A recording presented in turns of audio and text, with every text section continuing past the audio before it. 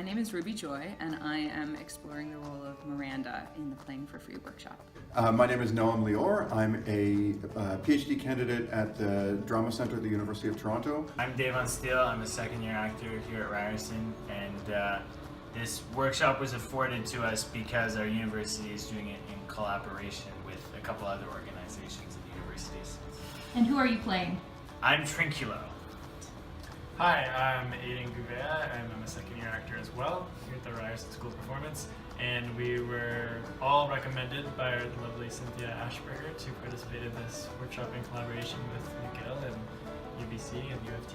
And I'm playing Stefano. Yeah, my name is Bobby Markov. I'm also in second year. I'm in the same class as these guys, and I'm playing Ferdinand.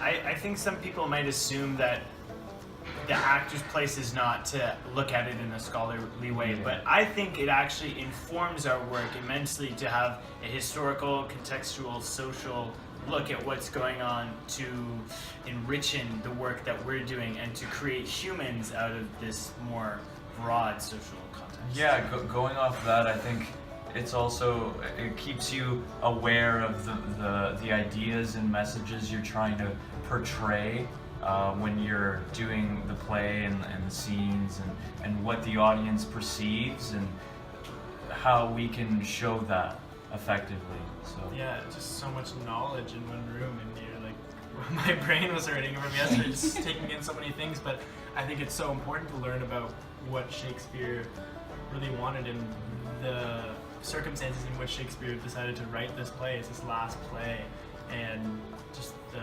historical context, the societal context, the cultural context, all of those things coming together definitely informs your process and your acting. It changes how you think of these characters and why Shakespeare chose these characters to interact with each other in this way based on what he was experiencing in his lifetime.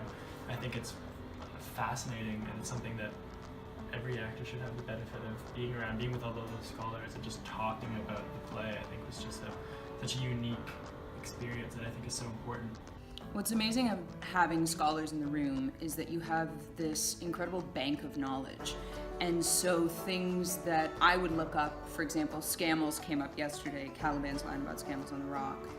And I go, oh, I'm trying to search for that and I can't really find it, or I've looked in the lexicons and the dictionary and I can't seem to find the definition. There must be one out there and I simply don't know it. And to have the group in the room, and I think it was Paul who took that question and says, no, I've looked everywhere. There's an 18th century scholarly definition of Scammels, but there's no definition from the time. It's like, oh, okay, great. There's this confirmation that I as an actor have a certain amount of research that I do for the character, but it's nowhere near the level of research that scholars do. And so to have that in the room in dialogue is so I don't have to go through tomes of paperwork, is a super exciting thing.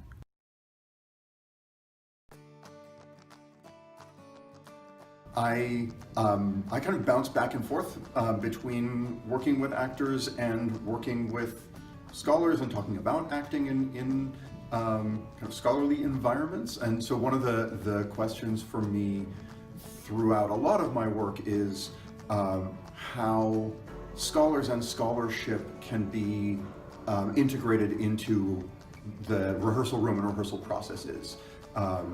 And I don't think we've answered that particularly, but I think there's something really wonderful about this model where we're all asking questions. We engage as sort of co-experimenters, and I think there's a lot of really great work that happens in this structure about recognizing and acknowledging and valuing the different kinds of knowledge and skills and competence that scholars bring in and that actors bring in, so that we're all bringing different perspectives to the same work, and often finding where there actually are just different kinds of questions rather than answers, and rather than finding a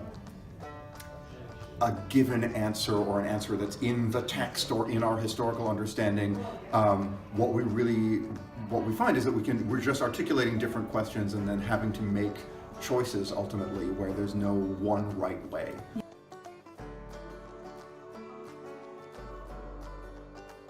The fun thing about thinking about a theme or an overarching arc is that you explore it for every character.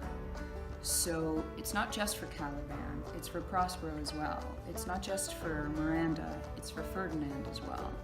And so those conversions infuse every person's work.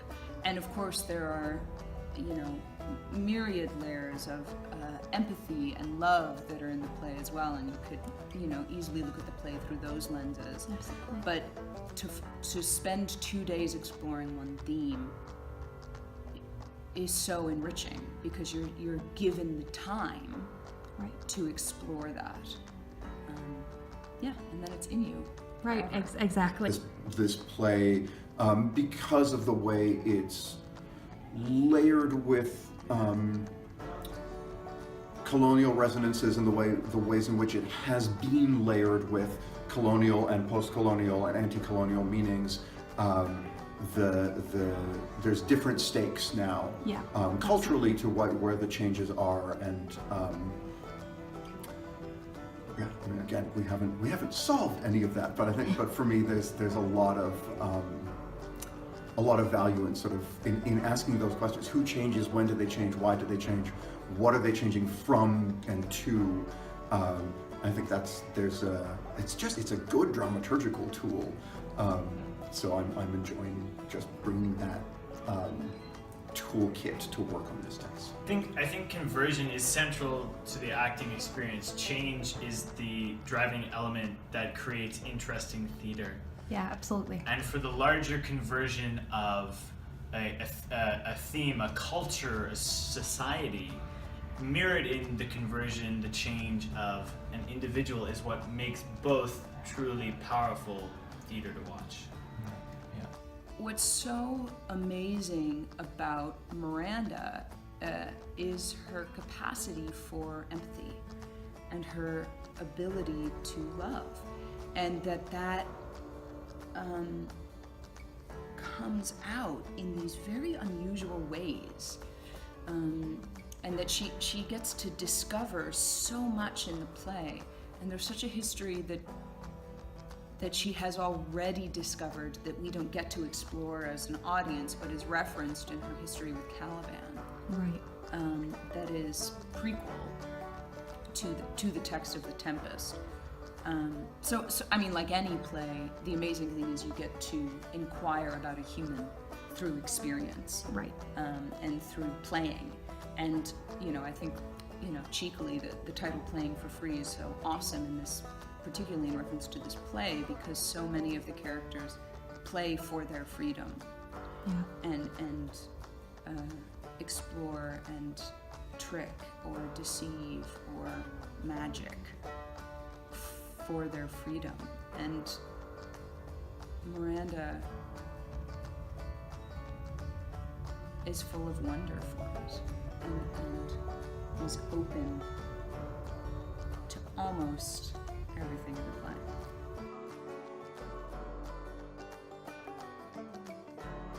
Well, what I hope from this presentation is that people hear something they never heard before in the play.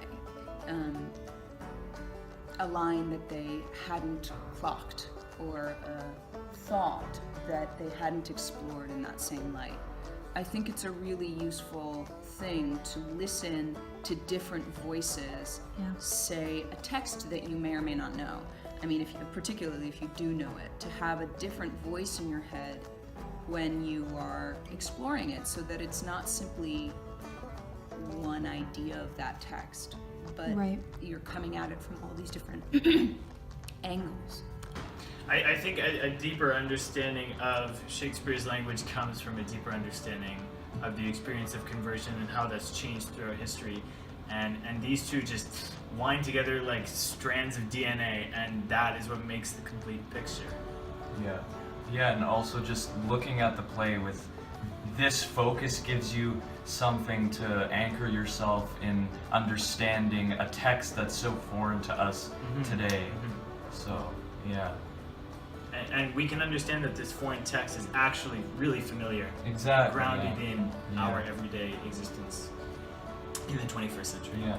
Yeah, I think it's just fascinating to, as an audience member, to be able to look at this play in an entirely different context. You know, they're coming here, you know, not for entertainment, but to take an outside, to take a step out of this play and the drama of it, and just to look at all of these contexts that came into the making of the play and what this play really means. I think it's cool to just analyze it from an outside point of view, as opposed to coming in and to escape. You know, you go to the theater to escape and to see someone change or whatever, and they're doing that, and then some, and they're learning about all of these different aspects of the play and conversion and playing for free. I think it's so cool that they can take a step outside of it.